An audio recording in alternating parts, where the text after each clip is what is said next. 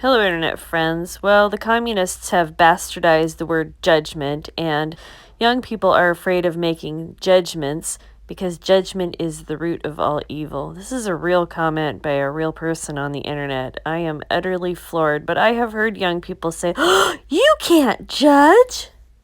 All right, Internet friends, it looks like we've cracked a code. I got a video here about what Jesus said about judgment. Enjoy.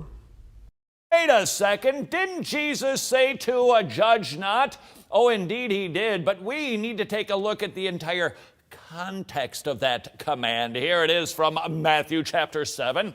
Do not judge so that you will not be judged. For in the way you judge, you will be judged. And by your standard of measure, it will be measured to you. Why do you look at the speck that is in your brother's eyes, but do not notice the log that is in your own eye? Or how can you say to your brother, let me take the speck out of your eye, and behold, you got a log in your own eye, you hypocrite. First take the log out of your own eye, and then you will see clearly to take the speck out of your brother's eye.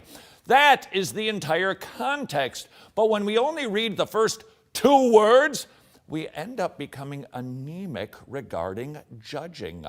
Judge not is the battle cry, not just of the world, but also of most evangelical Christians. And yet the context make it so clear, Jesus could not possibly be condemning all judging. In fact, there are 7 reasons we know that he wasn't saying that. Here's number 1.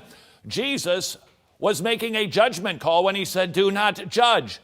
That's a judgment statement.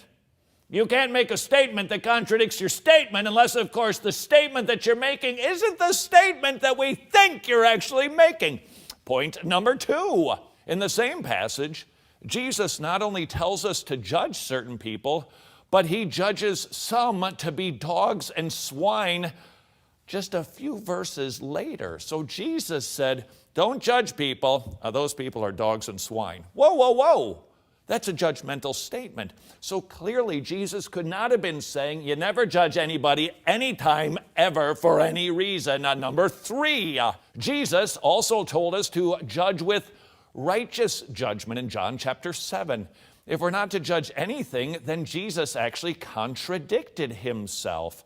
It's clear from John chapter 7 that Matthew chapter 7 is not a prohibition against all judging. It's how we do the judging and on what subjects. Point number 4. Scripture tells us that as saints, we will one day judge the world. Tons of verses instruct us who, what, and how we are to judge.